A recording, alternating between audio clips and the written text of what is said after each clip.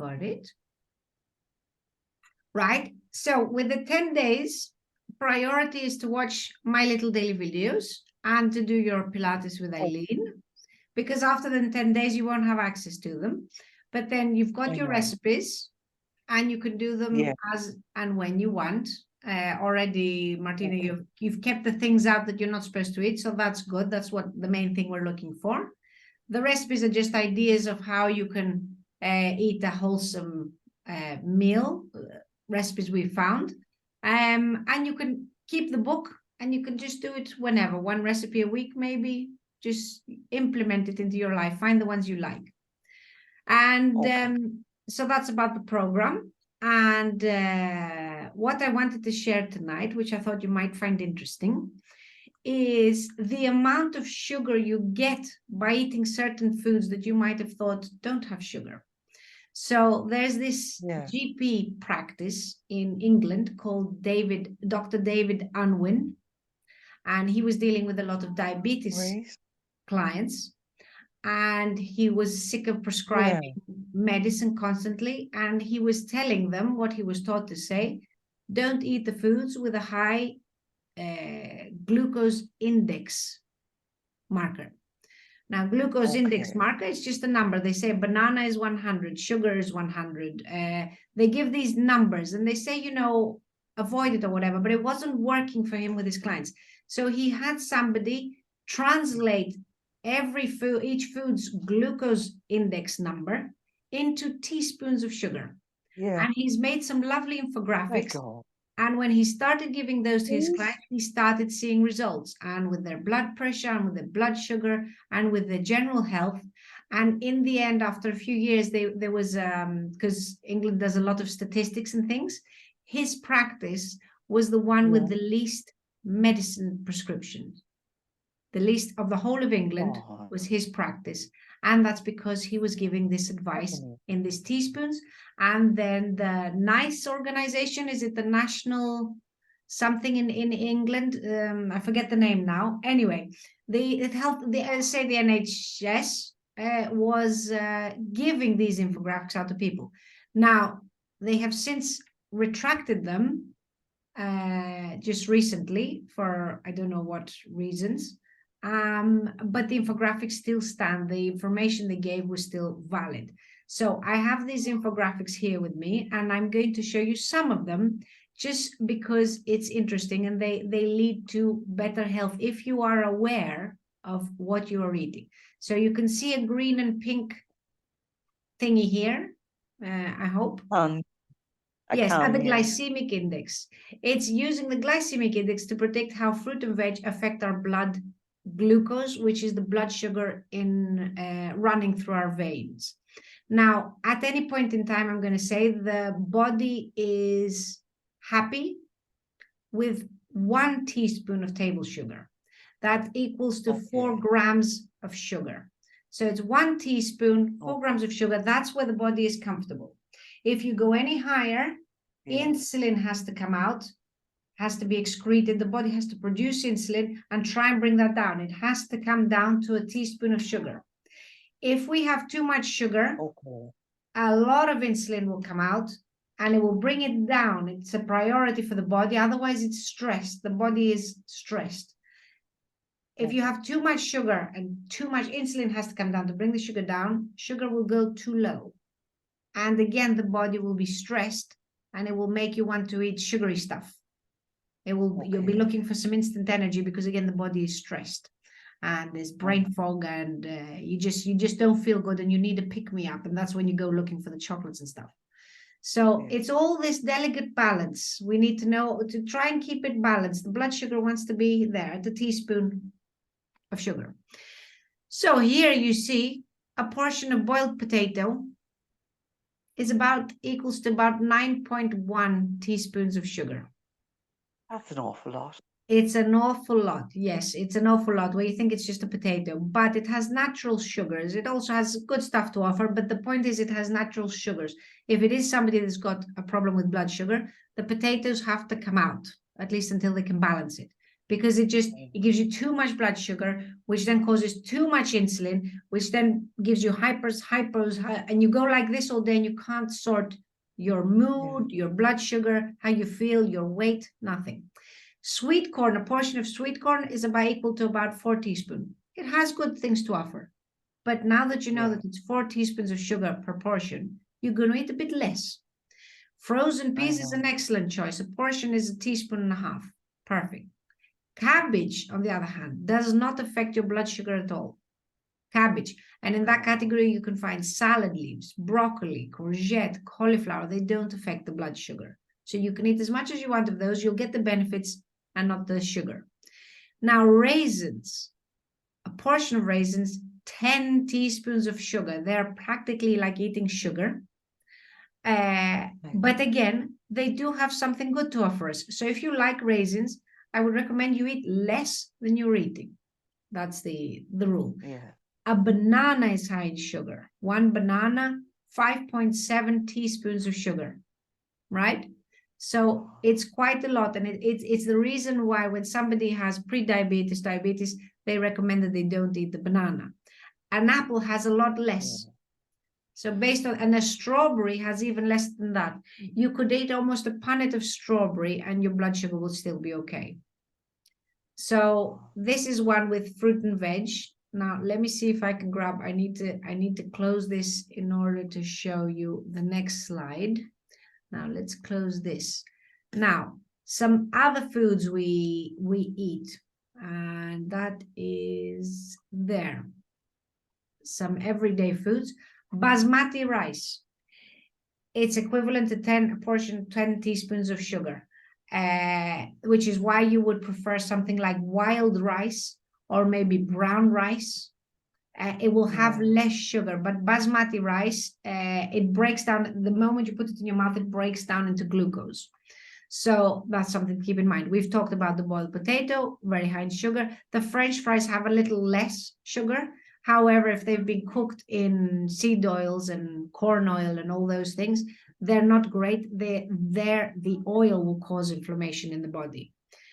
White spaghetti is also a food high in sugar. It will raise your blood sugar. So need to eat less of it when you are eating it. Make sure there's protein in, but generally not a great food. Sweet corn, we said 4 teaspoons. Frozen peas are great. The banana again, the apple, a whole meal slice, but I'll show you another slide with bread.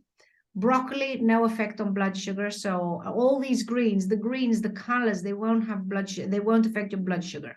Like carrot and beetroot, when they're raw, they don't affect your blood sugar.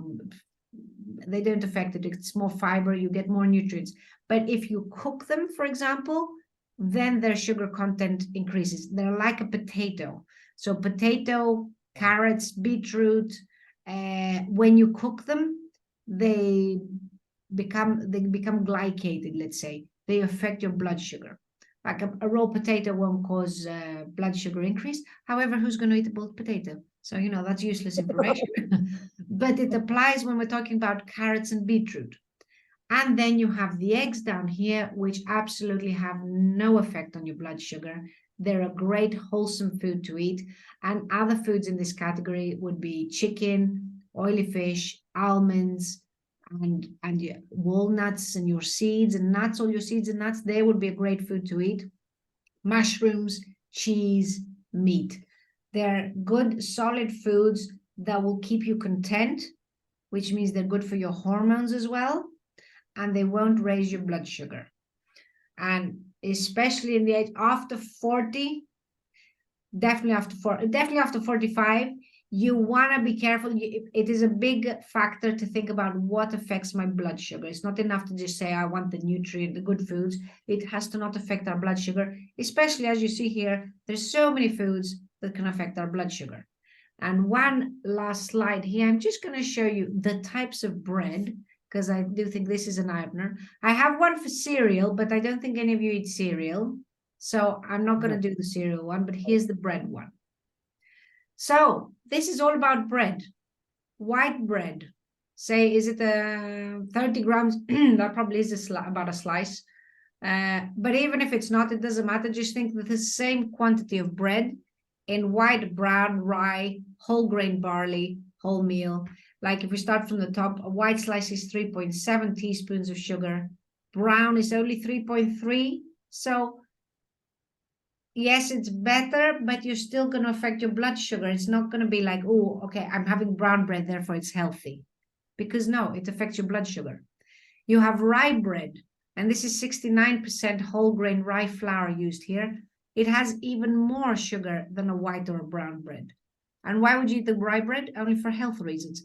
However, seeing this, you'll be like, whole grain barley. This is a 50% slice of barley, sliced with 50% barley, 5.5 teaspoons.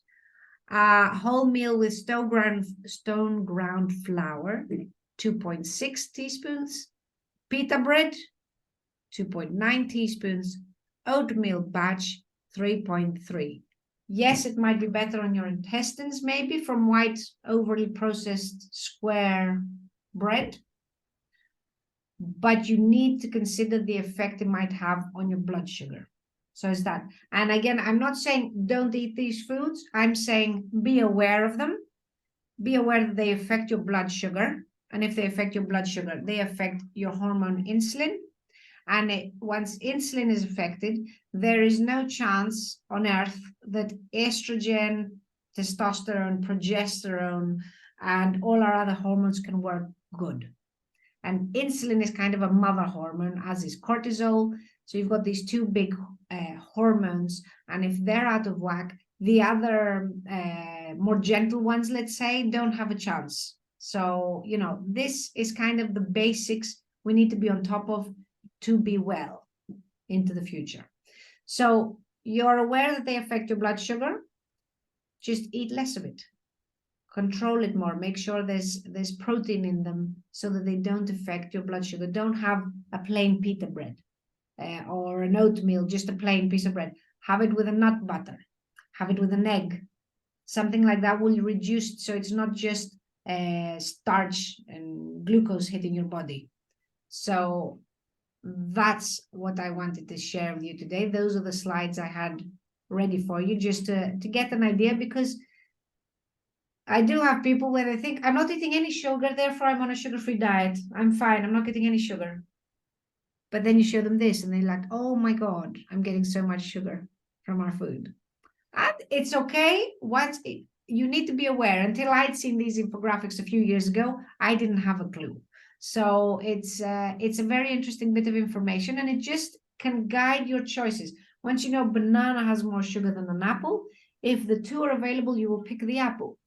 You want the sweetness, so you'll eat the raisins.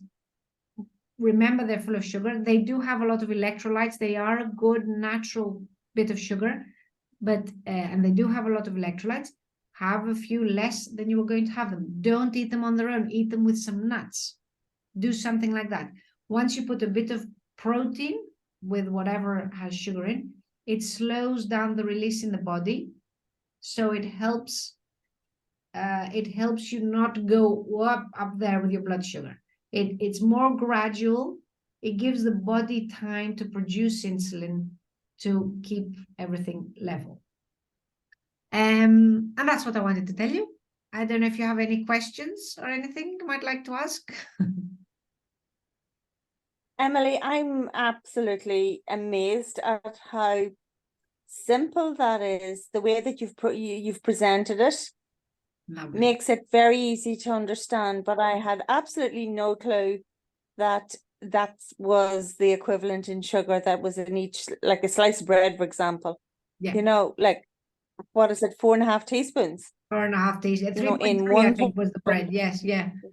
3 point, right? Okay, yeah. But yeah, but like that's huge. It's huge. You know, whenever you say that your body can tolerate 1 teaspoon, that's where it wants to be. That's where it's happy. That's where all the hormones work well. Yes. And the job, And the body's job is to bring it there. 4 grams, 1 teaspoon. Yes. Like, our Irish diet really does not lend itself to to getting very close to that 1 teaspoon. It You know, whenever doesn't you help. have your No. dinner. Yeah, but it's not No. just the Irish, it's the Greek as well. In Greece, bread is practically another spoon. You use it to lift things. Okay. It's like, how can I eat without how can I eat without bread? How can I eat? I say, pick up your fork and Yeah. spoon. But no, I need to scoop. Yes. So that's Yes, not of good course. either. But the good thing is that the flour here hasn't been as modified as it has in Ireland. In Ireland, I would be more take the bread out. Here, it doesn't affect the gut so much. It's still they haven't fortified it, let's say. Okay. It's Okay. not fortified. So Yeah. from that Yeah. aspect, it's a bit better. But still, they shouldn't be using it to scoop Yeah. every 3 meals a day. Yeah. Yeah. Yeah. One of the things that I would probably consume a lot of is oats. Right. I would frequently have porridge for breakfast, where I do the 30 grams of porridge oats, and then I would I do it in water, and I would Yeah. add chia seeds, and I would add a grated apple. Brilliant. And if you could put a few walnuts in, Okay, yes, not just the chia seeds, give it a bit more, give it a bit more protein, something to hold you a bit more, yeah, and it will reduce the yeah. effect on your blood sugar. Okay, The okay. chia seeds will help, but putting Yeah. more seeds, or you could do pumpkin seeds, or the sunflower seeds, sesame seeds, which are great for the calcium. Yes, They're a yes, great opportunity to put yes. sesame No, everywhere. I made some pancakes there today at lunchtime, and I started off by putting a teaspoon of chia, a teaspoon of sesame, sunflower, and pumpkin seeds. So there was 4 seeds went in, and I added some coconut, some desiccated coconut, not much of it, but a little bit, and then some porridge oats.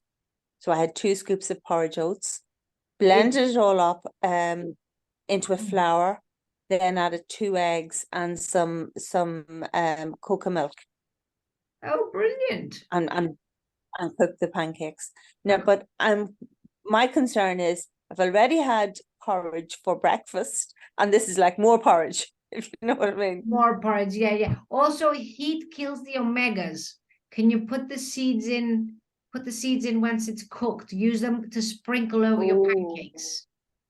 Right. Okay. Thank you You for could that. try almond flour for the cooking. Okay. Almond Yes. flour, or you ground the almonds yourself and do it with the egg. Yes.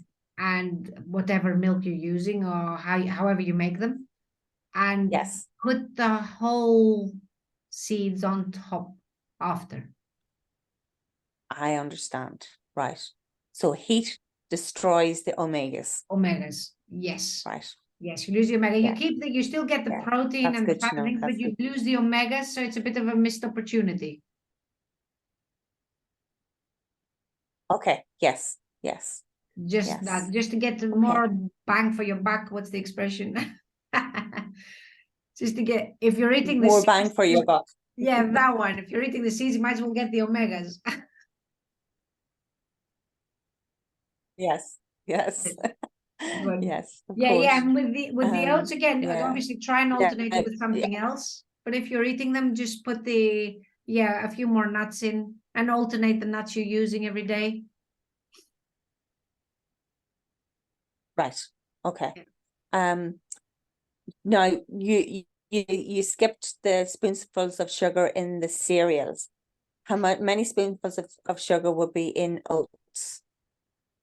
In the oat flakes. Oh wait, hang on. Yeah, I skipped them because I didn't think you would need the cereal, but obviously oats is on this list as well. Yeah, hang on. I Yes. don't eat Oh, cereal, but I do right. eat. Well, here you go. Get Yes. ready for this now. Get ready for this. We've got 7 minutes. I'll have time to show you. Here is the cereal infographic. Okay. Cocoa Pops, a portion of Cocoa Okay. Pops. Now, mind, a portion is 30 grams, like you weighed out, and it gives you 7 teaspoons of sugar, 7.3. Cornflakes, which doesn't even have the chocolate on it, is 8.4. It's pure over processed foods. Mini wheats, here we're starting to get into the supposedly healthier ones. They give you one portion, 4 teaspoons of sugar.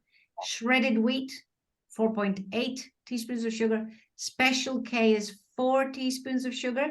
They're the ones people eat that want to lose weight. Special K. And each 30-gram portion, which is something like this, if you weigh it out, gives you 4 teaspoons. And nobody eats this much of cornflakes. It's this much. Bran flakes give you 3.7, and oat porridge.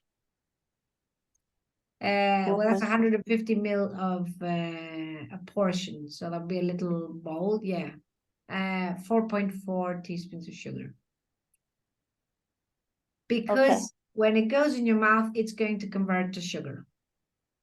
Yes. Yes, so it's that. It's so you want to slow down the process of it converting. That's the one thing you can do to help your body make it slower, and you do that by adding protein. Yes. That category. And the other thing is you don't eat it as frequently. You make sure your body gets a rest from it. That.